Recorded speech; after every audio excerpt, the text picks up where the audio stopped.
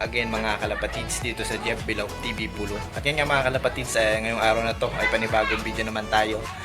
At panibagong update naman tayo mga kalapatids. At nandito nga tayo ngayon mga kalapatids sa breeding area natin. At update ko kayo mga kalapatids dito sa mga breeders natin. Tara mga kalapatids, samahan nyo kami.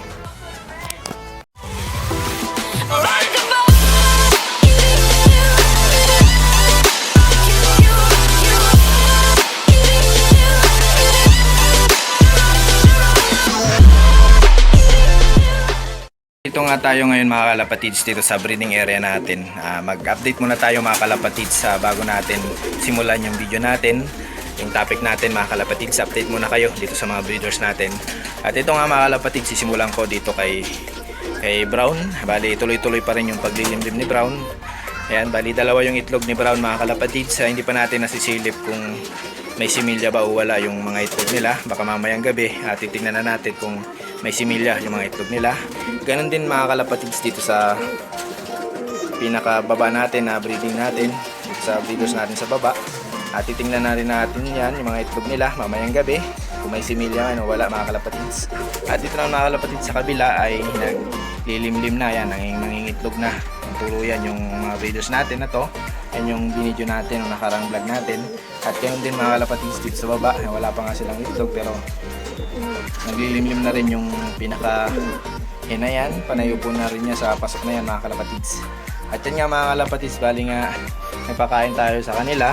At yan nga, katatapos lang natin magpakain mga kalapatids sa kanila. At naglimlim na agad yung mga breeders natin. At pa rin sa mga stock bird natin mga kalapatids, ayan, napakain na rin natin sila mga kalapatids. May kanya-kanya na silang pahingahan at nakarelax na sila dahil nga nagpakain na tayo sa kanila. At yun nga mga kalapatids, akit tayo sa taas para makita nyo yung mga tips sa video natin na to. And tara mga kalapatids, samahan nyo kami para maibahagi ko sa inyo yung pinaka easy way sa pagpapalock fly at pagpasok ng mga alaga natin kalapate pag oras na ng pakain natin sa kanila. At yun nga mga kalapatids, samahan nyo kami. Ito mga kalapatids, ito yung pares ng isa nating breeders mga kalapatids. Ayan, nakakita nyo. Bali ito yung pares niya, itong bago nating line na ito mga kalapatids. Bali kinondisyon nga natin sila at nagpalit tayo ng pares itong white natin na bagong line natin. Ito yung pares niya ngayon mga kalapatids. Yung stock bird natin, bali sa stock bird galing ito mga kalapatids. Susubukan natin yung line nito mga kalapatids kung ubra ba sa karera. Try lang natin siya mga kalapatids. At napurga naman natin siya mga kalapatids at nakondisyon. At ayun nga mga kalapatids, pinares natin sa kanya. Bali pares na sila mga kalapatids. Ayan, ibabalik na natin siya mga kalapatids sa cage. Ayan. Ayan, pares na yan mga kalapatids. Ayan, yung pares ni white. Ayan, pares na sila mga kalapatids. Ayan yung update natin sa mga breeders natin. Ayan, nakita nyo mga kalapatids. Ayan, pares na siya.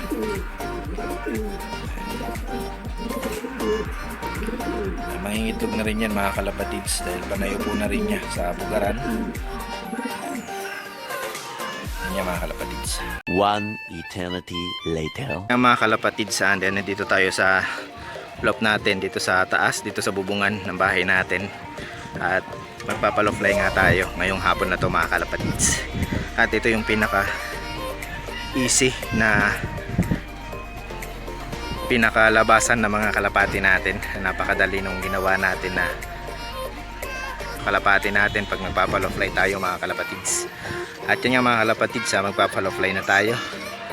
Yan nga mga kalapatids yung pinakamadaling paraan sa pagpapalofly ng mga kalapate. Yan nga mga kalapatids, ito yung viewing natin at nandyan din yung pinakalabasan nila mga kalapatids. At yan, papakawalan natin yung mga kalapati natin.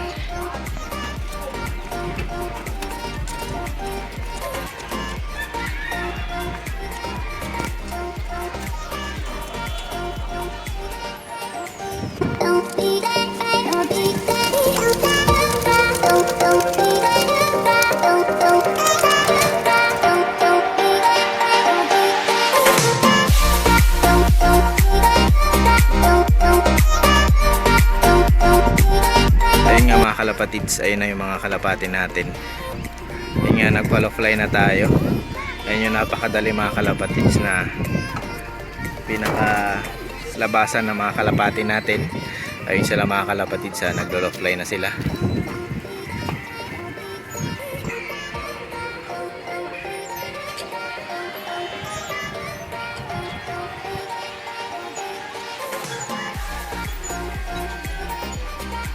Yung mga kalapatids, ito yung pinaka mabilis na pagpa-follow fly natin sa mga kalapati natin mga kalapatids. Ito yung ginawa natin na labasan nila dito sa pinaka viewing area natin, dito sa loft natin mga kalapatids.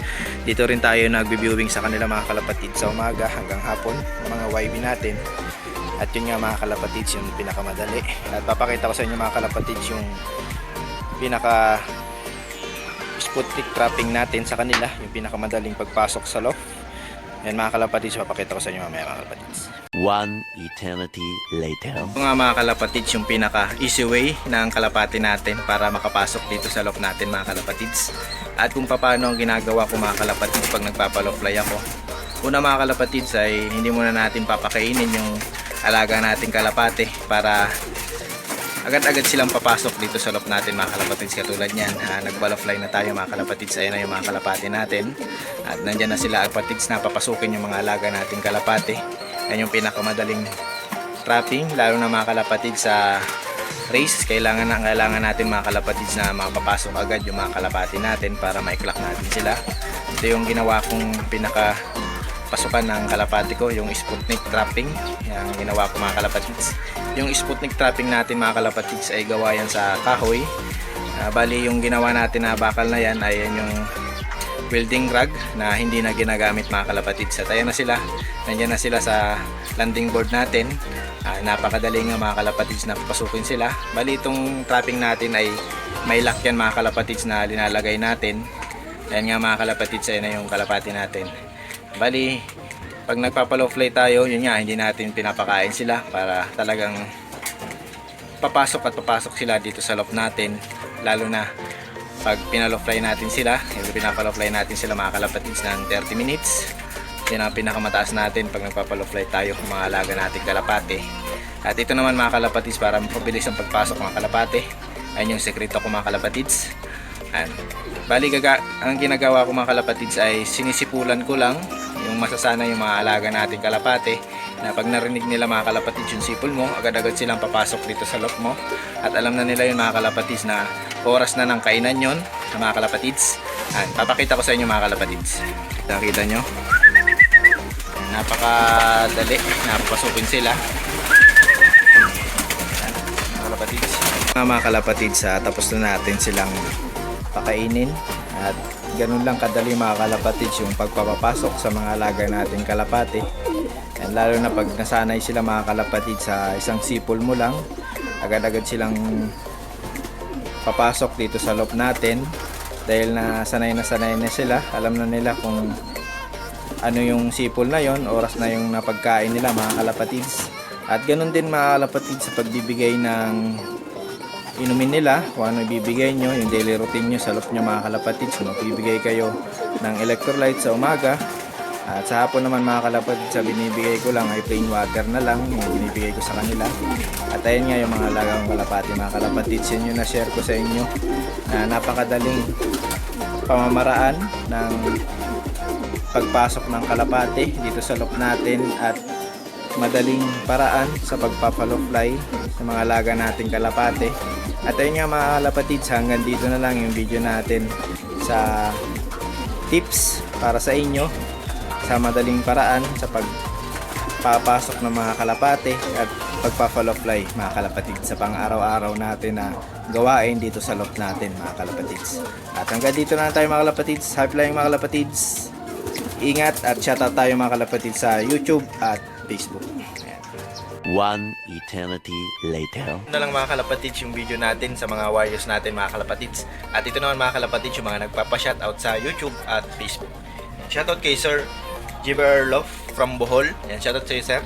Shoutout kay Sir Cloud Strike Love at sa channel niya sa YouTube na Cloud Strike Love, yung channel niya mga kalapatids. Shoutout kay Sir Poloy Love TV At pa-support din yung channel niya sa YouTube na Puloy Love TV Vlog. Yan. Shoutout kay Sir Joe Art Sulayaw from Bohol. Yan. Shoutout mga kalapatids from Bohol. Yan. Shoutout kay Sir John Anthony Do from Tacloban City. Yan. Shoutout sa Sir from Tacloban. Shoutout kay Sir Aladdin Bon. Yan. Shoutout kay Sir Oblak Love TV. At pa-support din yung channel niya sa YouTube na Oblak Love TV. Shoutout kay Sir A. Pigeon TV at sa channel na sa YouTube na A. Pigeon TV na pasupport din yung kalapatids natin. Shoutout kay Sir Kalapatids PH TV. Yan, salamat sa suporta bro. Shoutout kay Sir Adrian Earl.